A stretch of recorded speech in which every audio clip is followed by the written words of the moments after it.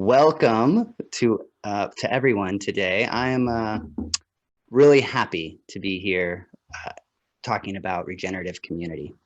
Today we're talking with Kara Alter. Kara is the co-founder of Alegria in Costa Rica. Alegria is an eco-village where the vision is to have a place where all beings thrive, a place where our children can run free, exploring and cultivating their natural curiosity, where our elders are supported and integrated into the fabric of our community, where wildlife is protected, water is respected, and fruit grows in abundance on the land where we live. Sounds amazing indeed. Welcome, Cara. I'm really happy to have you here. And before you begin your presentation, I'd love to start by asking you a few questions. Sure, I'm very happy to be here. Hi, everybody. Wonderful, wonderful. I want to start by asking you, what's your favorite aspect of living in community? My favorite aspect of living in community. That's a hard one. I've lived in a lot of different types of communities. The community that I'm building in Costa Rica, it is a community where we have our own spaces. So people live in individual houses versus a co-housing or we don't share all of our meals together, for instance. And I'm very introverted, so I love to have my own space and my own time to recharge. And then I like to choose into community spaces to be supported by my extended family of friends. And so my favorite part of community is having a shared purpose and the feeling of being infinitely supported by the people you're surrounding yourself by. Beautiful, beautiful. I was curious as to what your first experience was to living in an intentional community. My first experience. Well, I really grew up, I'll give a little more background on me when I start, but I sort of grew up in community. I didn't live in an intentional community, like an eco-village or where people are living all on one piece of shared land. But the school where I went, the community I was part of felt like an extended community. And we did a lot of long extended trips with my class. We'd go camping for like 10 days at a time with the whole class. And it was an immersive community experience. That's kind of where I learned, I think, to coexist with other beings. And yeah, I've experienced a few different communities around the world and taking notes on all the things that seem to be working and the challenges and pitfalls that communities find themselves in. I'd love to see your passion on this subject. It's so beautiful. How do you see living in community shaping humanity in the future? Wow, these are great questions. Thank you. You did not tell me the questions beforehand, so I have. Okay, well, this is really important. This is why we're all here, and this is why we're all feeling called to this as a choice on our path, on our soul's path, is building community.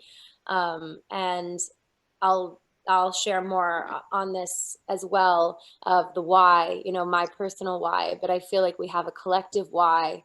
And that is that, we're co-creating the new earth, and we're really, our systems right now are collapsing around us. And I think that it's hard to argue that they are designed for our greatest good of humanity. Our systems right now are designed in a very extractive way, and we really need to come together as a species to rethink, redesign, rebuild, the way that we live, and design lifestyles that are regenerative. And that's why that's in the, the title of this is Designing Regenerative Communities. How can the way that we live actually restore our ecosystem and bring balance back to our species, and, really heal the earth instead of destroy her as we live. And so we're at this pivotal point where we all have to wake up and assume that role, because everyone around us is depending on us too. My heart is smiling right now. I am so excited and so looking forward to your presentation. So without any further ado, it is my pleasure to welcome Kara Alter. Thank you, Terry. So I actually give webinar presentations about Alegria to groups like this every week, and it has been a blessing. You know, the silver lining of all of us in shutdown in our homes, wherever we are, has been getting to connect with people around the world on Zoom calls, and really bringing together community builders from all over the world. I see a lot of us are on this call are from, you know, the States, and especially in Florida. It seems like there's a lot of people from Florida. It's awesome. I hope you know each other. But just the connections that are formed on these calls. If I like to put it in gallery mode, if you haven't already, I encourage you to put Zoom in gallery mode. And if you're not on video, I respect that decision. But if you'd like to come on video, it's really nice to see everybody. And I really love to start with just a collective meditation to kind of ground ourselves, especially on a weekday. Maybe some of you are Zoom hopping, as I so frequently am. And so if we can just start with a meditation, feel free to close your eyes and find a comfortable seat and just start to connect with the breath. Let's take a deep breath in. Exhale. Breathe in.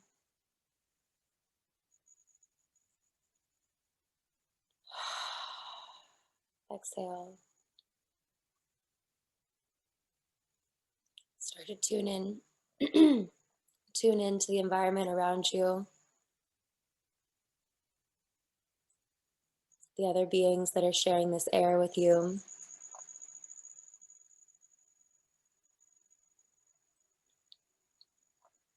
Feel your roots beneath you grow down into the soil. Even if there's floor, bed, or chair between, imagine your roots are growing and extending down into the earth, intertwining with all of the microorganisms beneath you, here to support you, exchanging nourishment, nutrients. And pull your shoulders up and back. Feel your bottom gate, the top of your head, your crown reaching towards the sky like a tree growing up. Open your heart. Let's breathe into that heart space. Feel the energy shift when we just roll our shoulders back to open our hearts.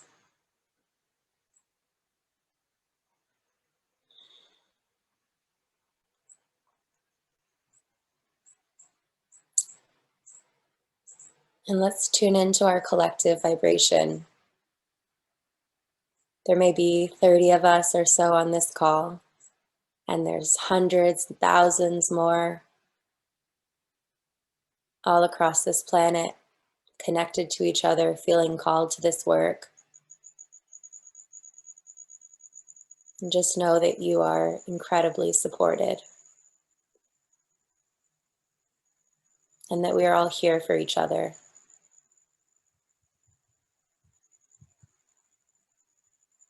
Thank yourself for the work that you're doing.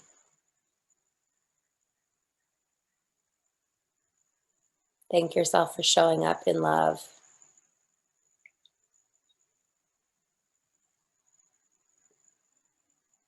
And let's set an intention for this space. And also maybe it's an intention for your community, your dream of community, or the one you're already building or living in. If there's one word that comes to mind, or a phrase, hold that in your mind, in your heart.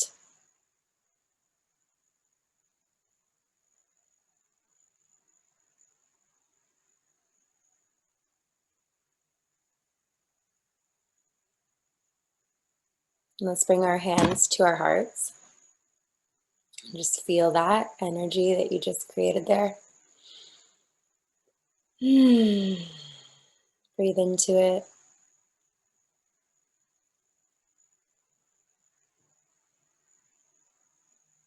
Connect with the beat of your heart.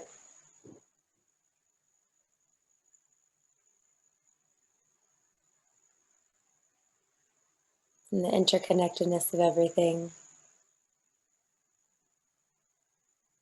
And let's put our hands together at heart center in a prayer. And open our eyes for those of us on video and look at each other. And let's just take that intention and all that good feeling and love and charge it up in our hands. I like to do this. Humor me. And you can feel the heat, the friction, and we'll just send each other that love, that good energy. Ready? 1, 2, 3.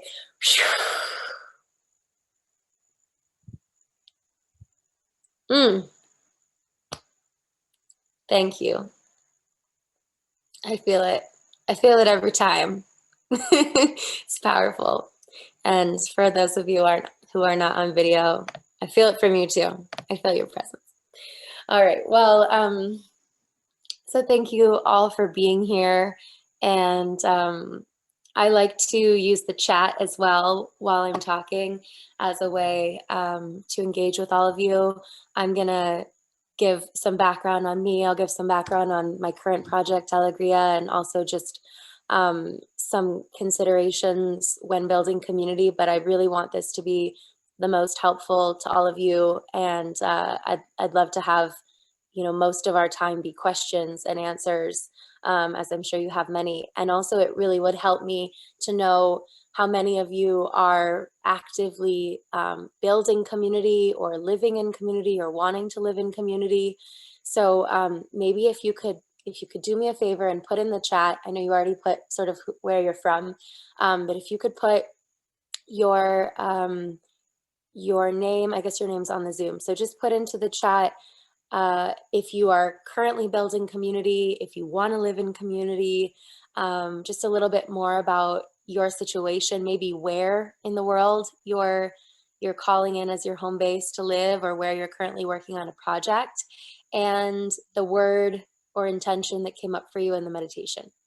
So if you all could do that in the chat while I start talking.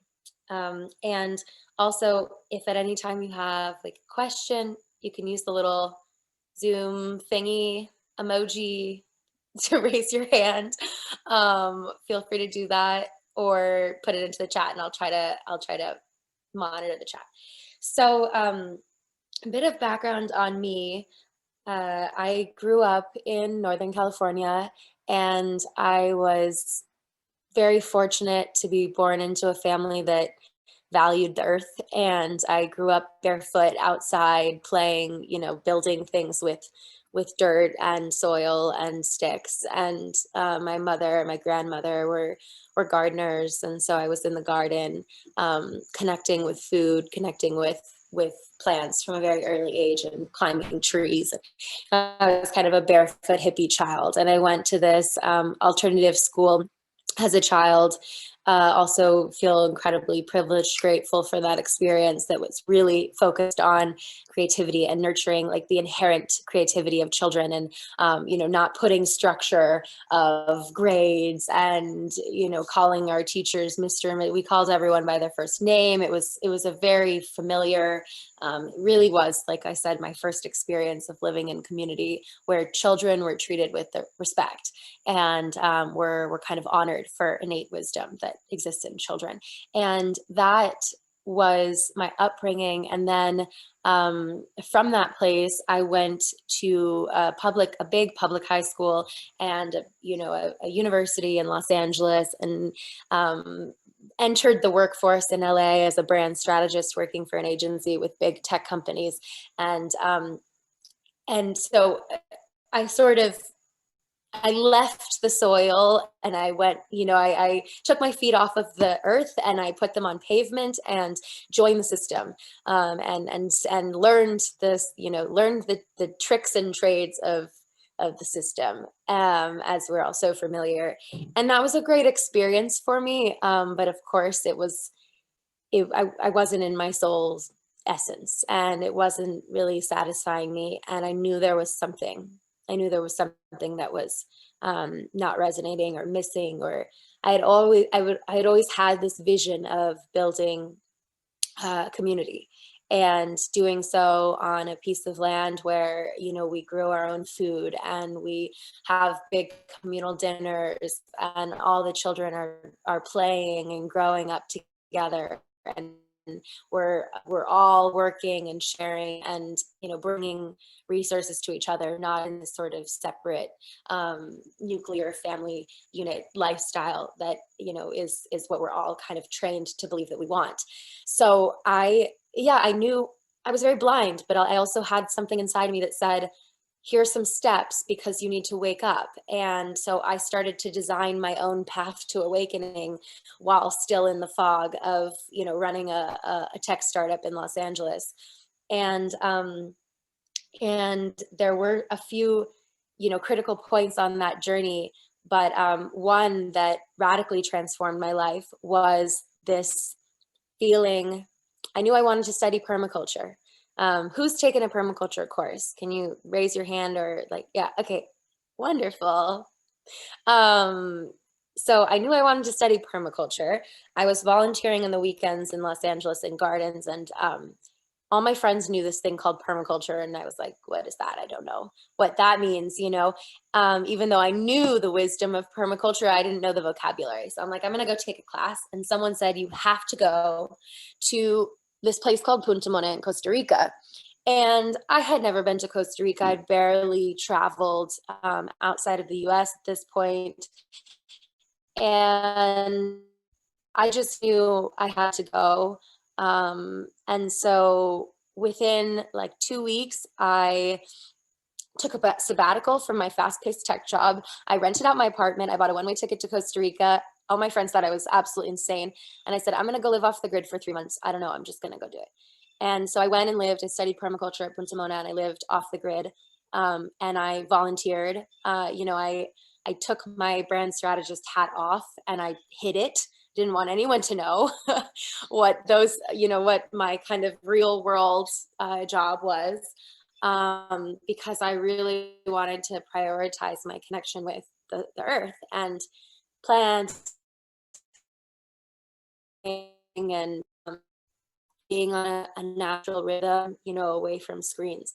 And it was the meest me I've ever felt. I mean, the experience was like a unlearning, and my whole body just went, phew, like I released everything I was carrying that wasn't me.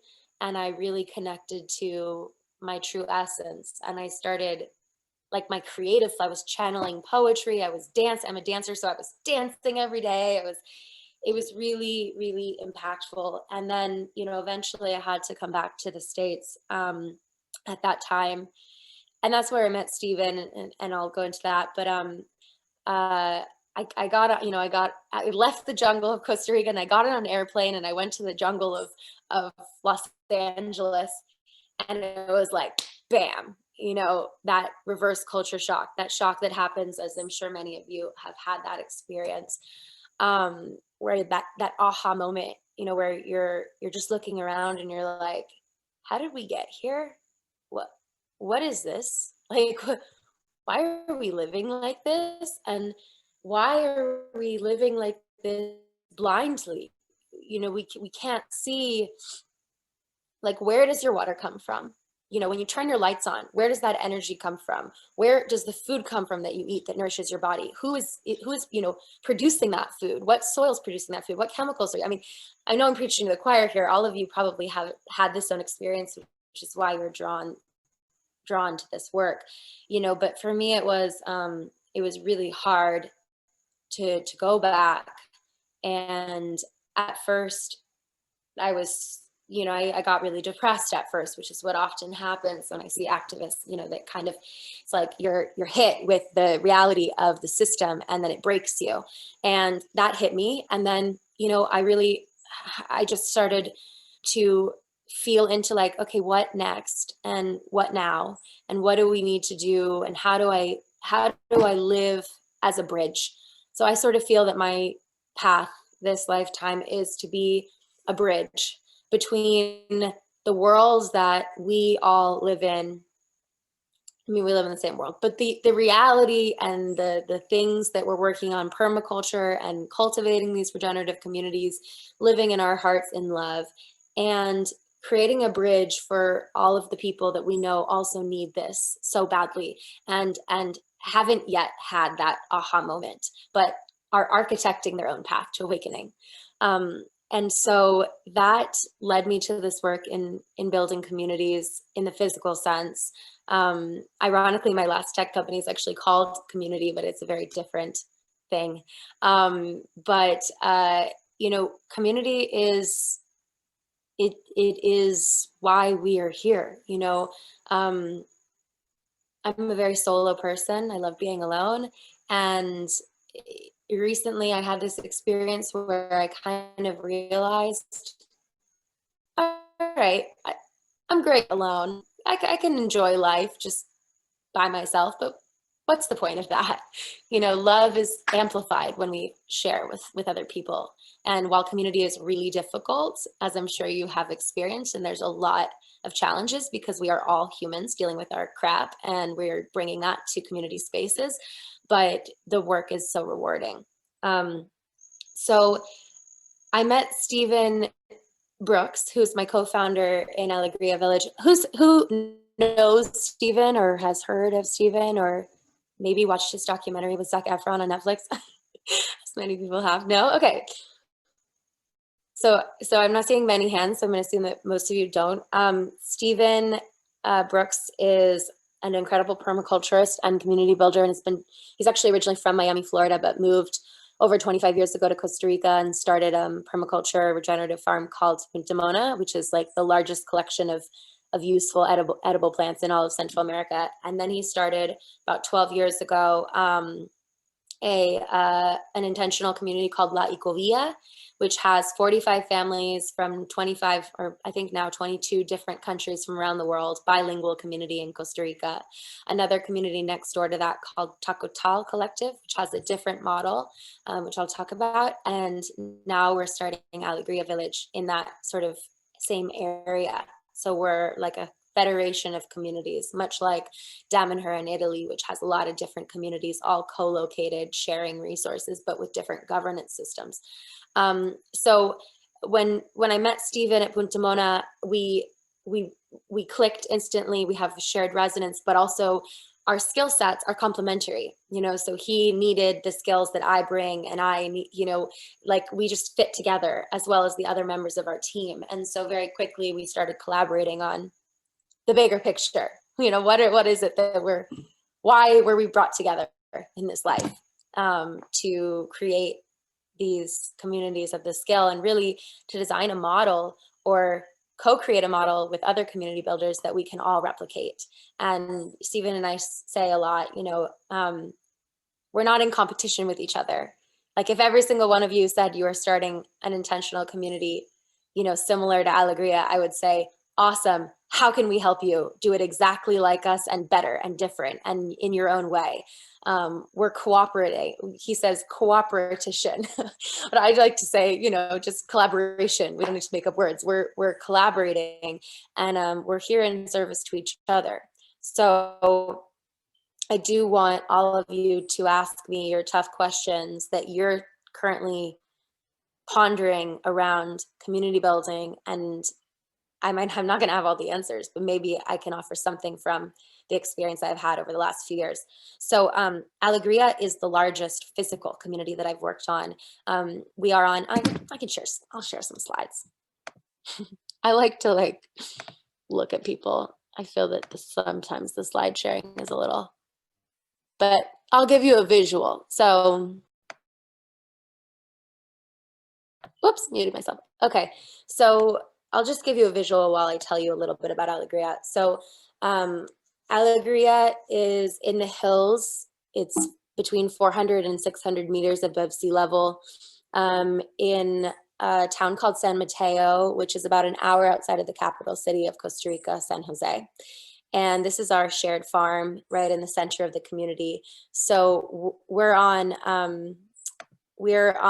70 hectares, 170 acres of land, in Costa Rica, and it was a cattle pasture. So one of the criteria that we used when looking for our land was, which Stephen, he really originally found this area and this land, was looking for land that had been previously degraded or clear cut for cattle ranching or for another purpose, so that we're not coming in as, developers to tear down a bunch of trees and build our houses, because how is that different, than what we're doing everywhere else in the world? And how can we use our lifestyle and our intention as a force for good? And so creating a regenerative community, like the word regenerative is really so much bigger than just the land regeneration and the ecosystem restoration, but that's really where it starts, is how can we as a community have a regenerative impact with our development project? Because any community is also a development project. You will likely be building homes and infrastructure and food production and a farm. And so every step of the way, asking yourself, how can I do this in a way that is regenerative? Is this doing things differently, or is it not? Every question, every decision, we have to ask ourselves that. And let me tell you, it is very difficult, because the system that we live in is designed for extraction, not for regeneration. So all of the rules, all of the permitting, all of the regulations, are really difficult when you want to do things differently. One of the beautiful things about building in Costa Rica is the government actually supports these types of projects and is very strict on developers, as they should be, around making sure that that it is done responsibly. And so there are very strict protection laws around, springs and water sources and creeks, and, really ensuring that the land, the carrying capacity of the land, will hold the number of families that you want to put into a community. So in our master plan, we took 170 acres, and subdivided it into a master plan. And so we have 120, actually a little bit more than that, 130 so lots that will be individually owned. So there's many different types of eco-villages, right? As I'm sure if you've been studying, I like to say there's sort of this big, and on one end you have your hippie communes out in the middle of nowhere, that get a lot of for being really isolated. And I've lived and stayed in those types of environments, and they have huge strengths, and they're beautiful in their own right. And what we recognize is that isn't as accessible for the everyday person, to leave the current life. It's a big jump. And why that might be the future, and we are working towards those ideals in a post-capitalist, post-money society. What does that look like? I honor those that are doing those experiments in that life, because I think we need to be doing that work. And what about everybody else? And I want to create a bridge. And so Alegria is not perfect, and we are borrowing models from the system to make this work, because of that idea of creating a bridge for people. So really, our model at Alegria is it's almost like conscious real estate in some ways, because we still have land, like titles to lots that people will purchase and individually own, so that they can build their own homes. So everyone will have their own private houses and actually own the title to their lot. And then we'll have shared common spaces, including a big shared farm that all of the neighbors support. And then every week we get a weekly harvest. So Stephen sometimes I hate describing it like this, but sometimes to help people wrap their heads around it, it's like a planned community in the States, but instead of having a golf course in the middle, we have a farm. And instead of, tearing down trees and putting lawns everywhere, we're planting fruit trees everywhere. All the streets are lined with fruit trees. The whole property is the farm. We're growing food on every inch. And instead of trying to maximize profits and maximize paved area and parking and all of that, we're trying to maximize the regenerative impact we can have. And we're calling in neighbors because of like when you build community, you put out your vision and your call, and the clearer you are with your values and the clearer you are with what you're building, the more those people show up. So we're very clear with our values and what we're building. And so every neighbor that's shown up, and we have like over 80 or almost 90 at this point families that have purchased lots and committed to living in Alegria, they all have these hearts that are designed for this work.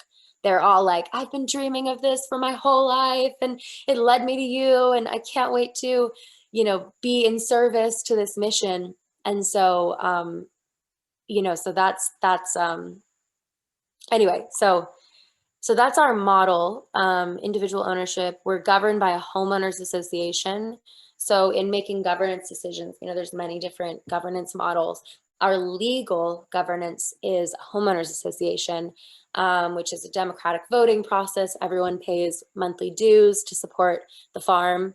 Our models also, instead of having jobs within the community itself, which there will be some created by the existence of the community, people will also have jobs outside of the community. We're only an hour from the city. People, you know, telecommute, work online. And then, so the HOA, if you want to work in the farm, you can get a reduction of your homeowner's dues. But we're still having, you know, a payment where there's monetary dues due every month to then support all the maintenance of the common structures, the maintenance of the farm, the maintenance of, you know, of everything. And I mentioned the shared values. We as a community have adopted the values of the permaculture ethics as our values. We are really built on the principles of permaculture and regenerative design. And so for those of you who are not familiar, those are earth care, people care, future care, and fair share. And I believe that any community should really be thinking about these four things. You know, how can we, as a keystone species, as humans, really develop a lifestyle, you know, commit ourselves to a lifestyle that heals, that that creates good for all of the earth? And what is our responsibility as land owners or land stewards? Even if you collectively own a piece of land in our current paradigm of land ownership, what is the responsibility of that collective? How do you show up for your land? How do you show up for Mother Earth in relationship? You know, because it is a relationship. And people care is, you know, of course, why we are drawn to community. How do we show up for each other? And the value of being in community is that you have many, many mothers and many fathers, many grandparents and many children, and together everyone is supported. And that actually connects, I think, a lot with fair shares. Like Stephen always says at Punta Mona, when we have a circle with before dinner, you know, it's like fair share is when you take your food, ask yourself, if everybody took this much food, would there be enough for everyone? And if everybody was asking ourselves that, I urge you, if you're not already doing this after this call, as you go through your day to day, ask yourself, with everything that you do, it might be painful, I'm sorry ahead of time, but if everyone in the world did this thing that I'm doing, would things still thrive? Would everybody have enough? Would the world function? If everyone ate this, whatever it is you're about to eat, it forces you to ask the question of, like, who's involved in creating this? What indigenous community am I spraying toxic chemicals on to eat this? You know, it really holds yourself accountable for your own actions. And when you're in community, you're in the micro, it's easy to see it, but we are one interconnected community on this planet. And I believe we have a responsibility to start acting like it. And that, you know, future care is that value that the actions that we take today do affect the world that we're going to leave as legacy to our grandchildren. And let's plant seeds today that grow into trees that our great great grandchildren can harvest from and feed, you know, are fed from. And that's really core to what we're building at Alegria. Okay, I'm going to say a couple more things, but I want to be mindful of our time, and I do want to make sure we have time for questions. I teach a course on Ecovillage building that is very long. There's no way we could fit, all the different aspects of designing and building an Ecovillage into an hour or 45 minutes of conversation. So I don't want to go on too long about just Alegria, but I do want to share, actually, these are some photos of our farm, the land before, and then after we built this big farm, we wanted the earth to, we wanted the farm to be a not only functional space, but also a beautiful space. And so we worked with a designer to create this big mandala garden on the land. And now we have our yogashala built on top of this rock overlooking this garden, and really as a beacon, for everyone to pull together. It's nice to think about when you're designing community is like, what are the spaces, this is our yogashala being built, what are the spaces that people are going to inhabit? How do they feel? And functionally, how do they work? How are they functioning for the community in terms of space and movement and collective? Where are people going to hang out? But also, especially when you're a visionary, like I know all of you are, you're going to meet so many people that don't see this vision right away. And they have a lot of doubt, and they have a lot of fear, and they have a lot of skepticism. And the first thing that you build on your land, or the first thing that you do, or the renders that you invest in, I'll show you some of our renders of our common spaces, like this one, these are renders from a designer, showing what it could look like. Those are so important, because when someone walks onto the yogashala at Alegria right now and looks out at the farm full of food, even though there aren't any houses yet, we haven't started building, we'll probably start building houses in beginning of 2021, people feel it, and then they get it, and then they show up. And so that's really important as a community builder, is to think through, like, how are people going to access the vision if they're not already there? I'm going to stop my slides for a moment and see all of your faces again. Is this helpful? Talking a lot. Okay. Okay. There's a lot of questions, so that's great. I'm going to get to those. Before I'll maybe save 10 minutes for questions, I want to go through a few key points for those of you who are, let me see a show of hands, who is like thinking through either currently building community right now or wanting to build community, or like if you consider yourself a community builder, raise your hand. Okay, if you didn't raise your hand, you should, because everyone who lives in a community is also, okay, cool.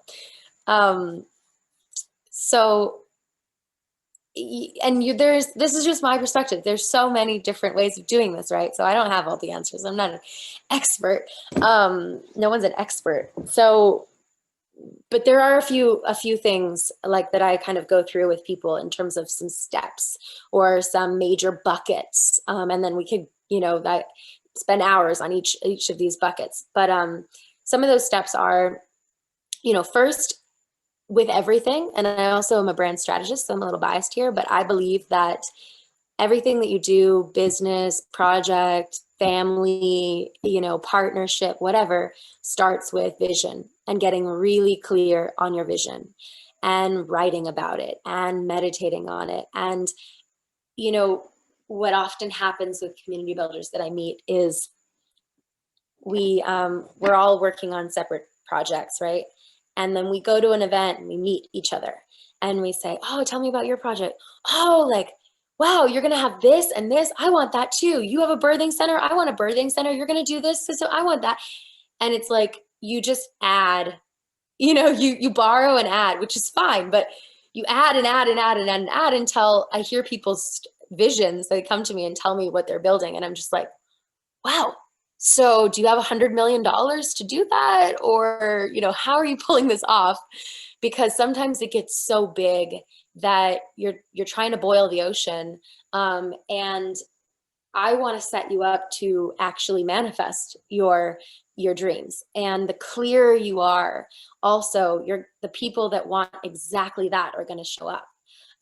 Because there are big differences in different types of communities and how they feel. And if you're not really clear from the very beginning, or maybe even with your team, you also want a team that believes the same things. And every versions of community is different. And so the faster you can get on the same page with exactly what you are and what you're not, the easier it's going to be for you for the rest of your life. Because the worst thing is having, not the worst thing, but having someone, on your team or in your community that midway through you're like, wow, we want different things entirely. You do not want to eat all your meals with every, you really don't belong in this type of community. You belong in a different type of community. Like, there's a place for everyone. So the first thing is getting really clear on your vision, and then calling in a team. And there's lots of different types of teams. Well, I actually say there's really like two types. There's the live-in, two types of doing it. There's like the business action, there's like an action-oriented team. And then there's the team that's like community first, that at least that I see. And the action teams are like kind of business first. It's like you're really thinking through, all right, I'm going to do a land restoration project, and I'm going to build, 20 homes, and I'm going to sell lots to people. And okay, so I'm going to need someone with experience in development, call that person in. I'm going to need someone with, with legal experience. I'm going to need a finance person. I'm going to need a marketing person. You're like creating a business, really, because all these aspects are needed in any type of project. So that's one way of doing it. Those people are not necessarily living in the community itself, but they are fitting all of those pieces. Then the other way of doing it, which I've also seen, is you have a group of friends or a group of heart-centered, beings that all love each other and live together. And then they're like, great, let's start a community, or let's do a project. But you don't really vet each other for how you work together first. You just say, okay, we all want this and we're all living here, so we're going to figure it out. And you're also all living together at the same time, which can be, again, beautiful, super challenging. Someone's like passive aggressively mad at someone else because, they like didn't do the dishes, or they had sex too loud last night. Like, that's going to come out in the meeting in the morning. And you're dealing with a lot of conflicting energies at the same time as trying to get permits approved, so just being really honest with yourself about what's gonna serve your highest purpose. Gosh, okay, I want to take questions. There's so much more. So we have a lot of questions for you, and it's really exciting. I want to maybe start with a few Alegria questions, and one that really interests me: how do you manage waste? Do you have composting toilets, or do you have sanitation? Yeah. So in Ecovillage, they built a massive methane biodigester, and we are not doing that at Alegria. And actually, if you've seen the Netflix documentary with Steven, he shows the biodigester. It was expensive. It moves a lot of earth, and it's not the methane being produced isn't actually being used as much as the community intended. And for us, we're exploring a lot of individual systems. There's a system called BioNest that we really love. That's kind of an all natural system. That's an individual. Like each home would have their own system. We're highly encouraging composting toilets. We have in our yoga shala a composting toilet. Beautiful, like state of really nice, it's a really nice bathroom, and it's a composting toilet. And so we really encourage, we're talking with the composting toilet companies for a while about designing like a nice home model, because we have about to have 130 homes being built. So you kind of have a market for companies to be like, cool, let's customize something for your market. Yeah, BioNest, Judith, that's what it's called. So Beautiful. yeah. Let's see. And then we have another question about whether locals are in your community. Are they mostly expats? Yeah, it's both. I mean, Costa Rica is a very interesting country. Who's been to Costa Rica? Yeah. Okay. So Costa Rica there's 5 million Costa Ricans, native Costa Ricans, and 1 million expats in the country. It's incredibly cosmopolitan, international country. And so our community is also very international. We're still building, we're still in the process of building it. We have, I think right now we're almost 20% Costa Ricans. And the rest is coming from all over the world. There are a lot of Americans coming as well. This has been an interesting time for America. I think a lot of people are looking for a different lifestyle. There's also a lot of Americans living in Costa Rica already in general. There are expats everywhere. And yeah, I mean, Ticos, that's what like Costa Ricans call themselves Ticos. There's an interchange that happens between expats and Ticos that's really beautiful when it's functioning, and when the expats in the country are actually there to be part of the fabric of the culture and society versus being there to just kind of take and live in isolation. So it's actually extremely important to us at Alegria that we develop a community that is integrated and that is mindful, and that, not only of our, and that's actually an important pillar in community building that if I went through all my steps would get to, which is like know your place and honor your place and really study and understand the people, the knowledge, the organizations that are in wherever you are already that have that wisdom, and partner and build like real honest relationships with them over time.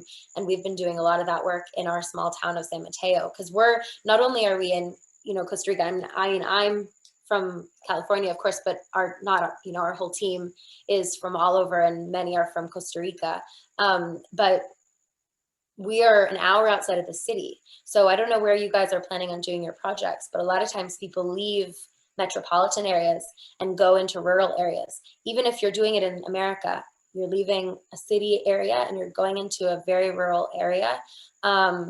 You're an expat into, you're a transplant into a culture, a small town that exists already, and you're probably going to come with different values and different ways of being and different interests and different habits. So be, respectful. And that's a lot of work to be done there. Did that answer your question? Yeah, I'd love to hear the conscious integration of the local communities as well as bringing diversity to the area. That's beautiful. That's very well thought out. We have time for one more question. So how would you suggest meeting other community builders? That's a great question. Well, in this time, I would say there's events, that attract community builders.